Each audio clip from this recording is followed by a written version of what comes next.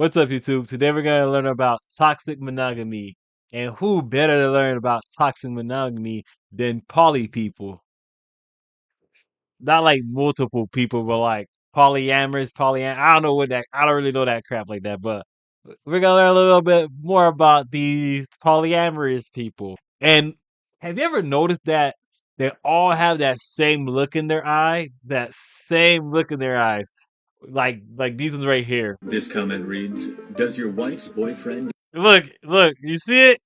Look at the eyes. Take note in the eyes. They all have that same look in their eyes. I'm not gonna say what it is, but just look in their eyes. They all have like that same look about them. All like these poly people have that same look about them. Let's continue. enjoy these videos? Well, first of all, I don't have a wife. I have a spouse. They're non-binary, and we don't use gendered language in this household. I don't know what the fuck. Their partner is also non-binary and doesn't use gendered language, so... Yes, to answer your question, my spouse's partner does enjoy these videos. In fact, my spouse's partner and I are very good friends. Me, my spouse's partner, and my spouse's partner's partner were all in Scotland not that long ago for a lovely vacation. It's called ethical non-monogamy, or polyamory. Maybe you've heard of it. I'm here for the gangbang. Half a day. Oh, what a loser!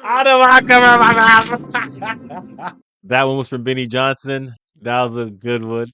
But like y'all see, they all have that similar thing about them. All of them. But let's continue. Is it true?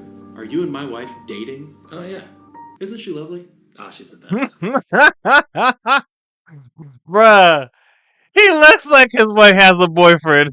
He looks like his wife had maybe more than one boyfriend. Hello, everyone, and welcome to the channel. If you're new here, I am Chad, also known as PolyamFam on... His name is Chad. He's not a Chad. Oh my goodness. They're gonna ban me. Oh, this is why I get canceled. This is why I get canceled. This video probably. any and all social media, and I make content normalizing polyamory and just kind of talking about how I operate in a polyamorous space. We shouldn't normalize it. We shouldn't. Let's not normalize polyamory. Nope. Let's not. Let's keep those people off to the side. This does not make that normal. We need like one man, one woman, because true romantic love comes with exclusivity. True romantic love comes with exclusivity, and if you don't have it, it's not true romantic love. Y'all just fucking and it's lust. Hey yo, I've dealt with lust before too. I'm not gonna sit here and cat you out, but we just gotta be honest with it. And today, I have someone very special with me. My wife's boyfriend, Kyle. Okay, I didn't look at the screen. Okay, I'm pausing at such the right time. Okay, let's continue. That's right. She dates a Chad and a Kyle. And somehow enjoys it. I don't know either. So I asked a bunch of you. He said it, not me.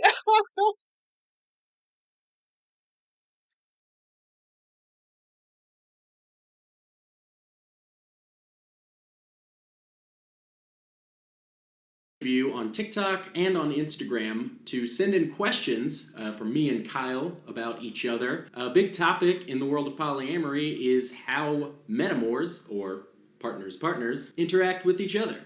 So maybe we can help answer some of those questions today. How you feeling today, Kyle? I'm feeling pretty great. Thank you for joining me on the channel. You will be a great resource to a lot of people who are seeking advice, help, just ways to deal with being new to polyamory, having some issues. Bro, look at their eyes. I don't want to say they got a dead look in their eyes, but their eyes look dead. They look dead. Stuff like that, so thank you. So the first question is, how did we meet? And what was the first communication like between us? Disclaimer about this question. I say, time and time again, that polyamory is not all about sex. That said, we did meet at an orgy. Now, we were debating skipping this question just because we didn't want to reinforce the stigma that polyamory is all about sex, but I wanted to keep it because Oh snap! Oh snap! Okay, that's nasty. That's nasty. That's nasty. This is proving it to lust, bro. This is just proving it to lust, bro. Look at that. Look at his eyes, bro. He looks off. He got that off look in his eye. That's what it is. There's something's off about him. Because I kind of realized that meeting a metamor at an orgy in the beginning of my polyamory journey was terrifying. I would have never imagined that. But when we finally did meet, it was fine. It didn't matter where we were, like what was going on around me. It was still fine. Like I already knew of his existence, but just hadn't met him face to face. And we didn't really have any problems, did we? Not even no. Not even a little bit. Like on the scale of potential awkward, like I've met Metas before on like a double date situation, and that was more awkward to me than the situation in which we met. It felt not really organic. I guess it's really organic when you're just at a party with a bunch of people. Yeah. No matter the activity. So that's how we met. How did you meet Paige, our mutual partner? So Paige and I have a lot of mutual friends. The poly community where we live is pretty small. We actually met at the local rock climbing gym, and then later met up at somebody's house. They were having people over for drinks, and Hey yo, don't go rock climbing. Don't go rock climbing. If your spouse all of a sudden wanna go rock climbing, you better like, what the fuck you into?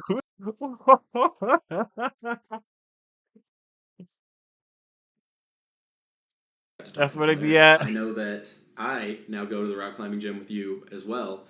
Our mutual partner broke her leg and couldn't go for a bit, but that was a couple buddy moments for us, really. yeah. How, if asked, would you label your relationship to me? I mean, we're friends. Metamors doesn't get much simpler than that. Exactly. I think people tend to overcomplicate things like that and stumble over and just be like, well, I don't know, it's kind of weird, and like feel the need to like explain their entire relationship with everybody just to put it in context. But really, you don't have to. No. Oh, oh my goodness, I can't. I can't. One common comment I get from monogamous folks is that they've never seen polyamory work long term. Well, lucky for you, I know plenty of people who have had polyamory work long term, one of whom is my friend here, Kiros. So, I I didn't get the pause. figured while he was in town to hang out with me, we could do some questions about what it's like to be polyamorous for about 30 years. Is that long enough? Is that, you think the trolls are still going to give me some... Oh, they're still gonna. It's not about it being long enough. It's not about that. It's just because they don't got that exclusivity, and it's not unique to y'all. Y'all wouldn't understand because y'all share it with everybody. That's the difference between polyamory and monogamy. We have something that is unique between us that we have between just us versus y'all, which is like, yeah, everybody get a little piece, and then everyone's like, "Oh, you had sex before you met her though," and I'm like, "Okay, that's all I'm gonna just say." That'll be my statement. But we all know that exclusivity makes it a big difference. But let's continue. Gonna give you shit. Yeah, it's not 100 years, so it's not long enough. It's still not gonna work out. Exactly. I've been told that before when I said how long I've been in a relationship. Oh my god. I'm gonna dig right into it. So you've been Y'all could be together for a long time. That if that's what you consider working out, then it didn't work out. But you wouldn't understand if you don't know, so you don't know. That's if you know, you know. If you don't have that exclusivity, you wouldn't understand. polyamorous for about 30 years, correct? Yeah, I What? first started Look at the kind of eyes. exploring polyamory Look at in the like eyes. 1992, 93, somewhere in that area. Maybe longer than 30 years. So I collected a lot of questions from my Instagram story for you, and boy did they deliver. We had to pare down the list a lot. Thank you all for giving me so many questions. So we picked the best ones, and we're gonna... How long was your longest polyamorous relationship, or how long is it if it's still current? It is still current. I've been with my two husbands for 14 almost. I'm not scared of gay people. I'm not homophobic or anything like that, but I don't really care to get the information of their relationship because I'm more interested in the male female relationship than a male male or female female relationship, to be honest. Is what it is. Y'all gonna cancel me if y'all gonna cancel me. But let's continue about this poly person. Is I believe he's talking about his I believe he's talking about his wife so far.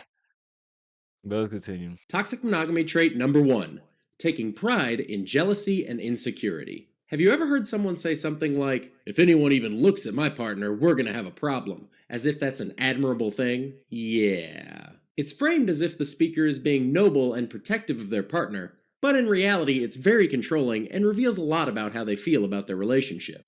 Why such an aggressive reaction? What do they expect to happen? Do they expect the slightest bit of human interaction to cause their partner to leave them for the love of a stranger? When someone say that, it's not to their spouse. They're not talking to their spouse.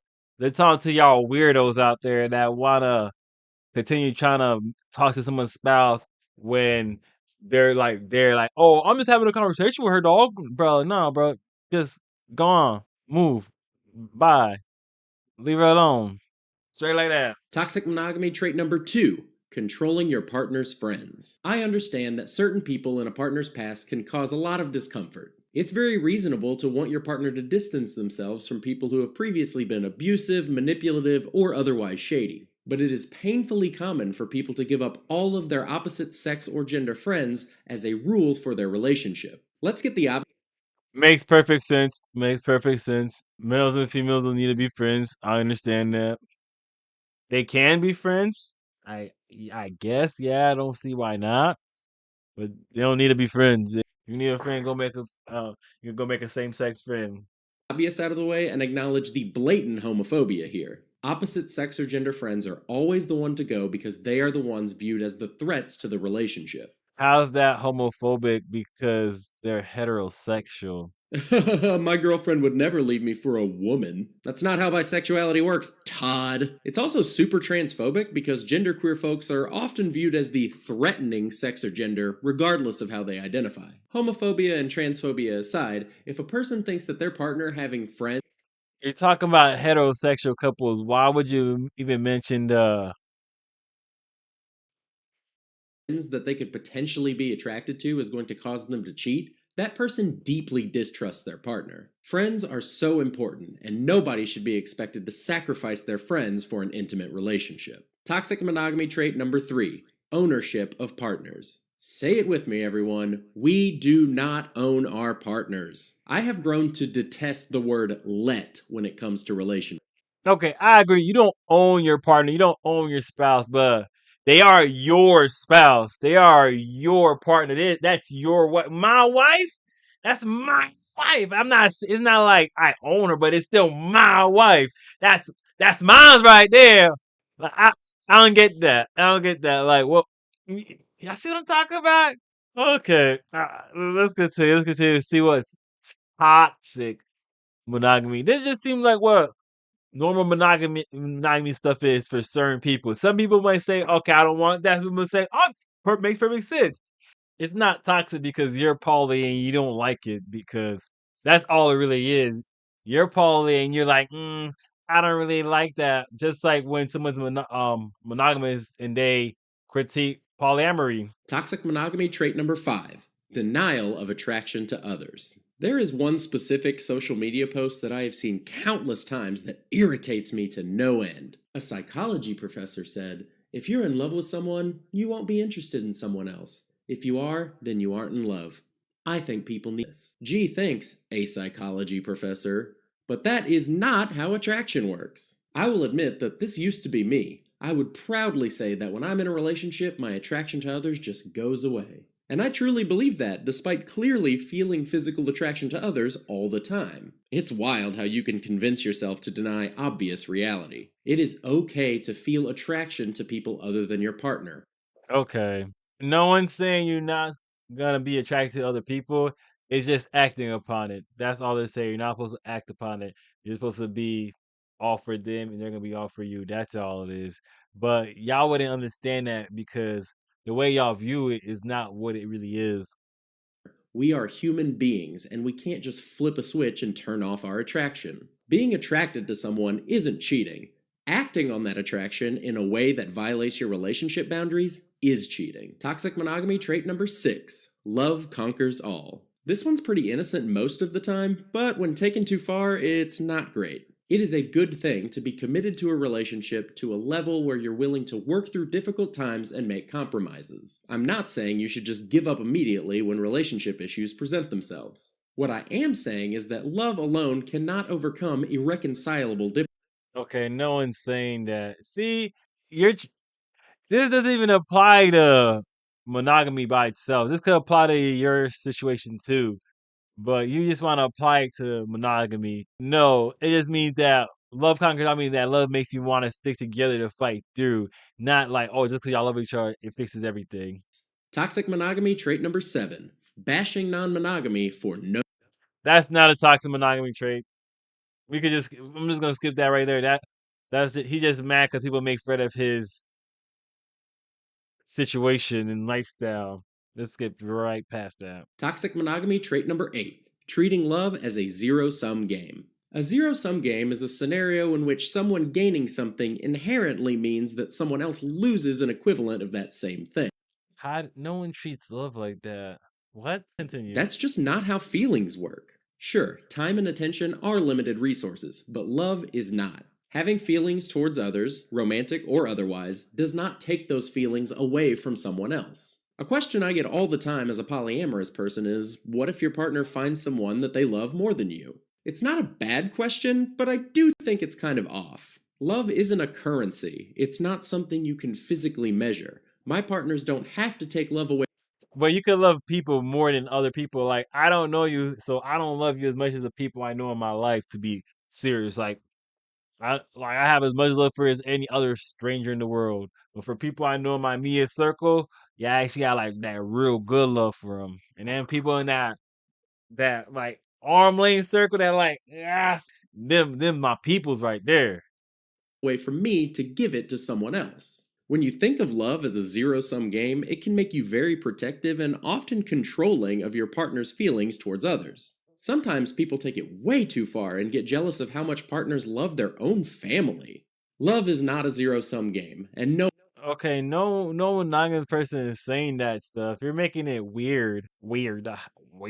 Toxic monogamy trait number 9: extreme and absurd proclamations of love. Remember that. Yeah, everyone agrees with you on that one. Just like people don't want to hear y'all talk about y'all lifestyle, we don't want to hear people talk about like, oh baby, I love you. Okay, this is too blue in this room. I didn't know how blue this place was. All right, it was too blue for a second. I gotta let the room colors coordinate back together. But whatever, like, however he's trying to find monogamy or whatever weird ideas you have of monogamy is not how monogamy is. Even that's not even what toxic monogamy is. It's just traits that he doesn't like specifically monogamy that people like tend to be like, hey, that's what's a norm monogamy. Like, I understand some people don't say, oh, you shouldn't get rid of your opposite sex friend. I'm like, you don't need opposite sex friends, so it's not a case by case situation for certain people. Some people should get rid of their opposite sex friends and they know who they are.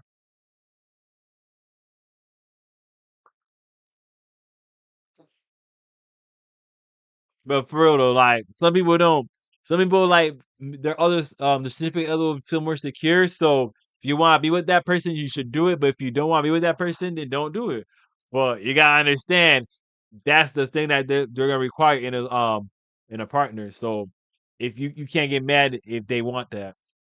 Something I want to reiterate: real, genuine, romantic love comes with exclusivity, and that even includes to the sexual aspect. You can't just say, "Oh, it's just physical. It's just physical with them." Even every aspect has to be exclusive for that real, genuine, romantic love. And some people understand that, and that's what some people like just miss out and stuff like that. And that's what cause people to be like lacking something. They don't understand certain aspects of that genuine romantic exclusivity. But that's just my ideas, and trust me, it works. There's a reason that the Bible says it, and it's the best book. It's the best written book in human history. But ayo, I'm out of here. And we're out of here like a screaming herd of turtles.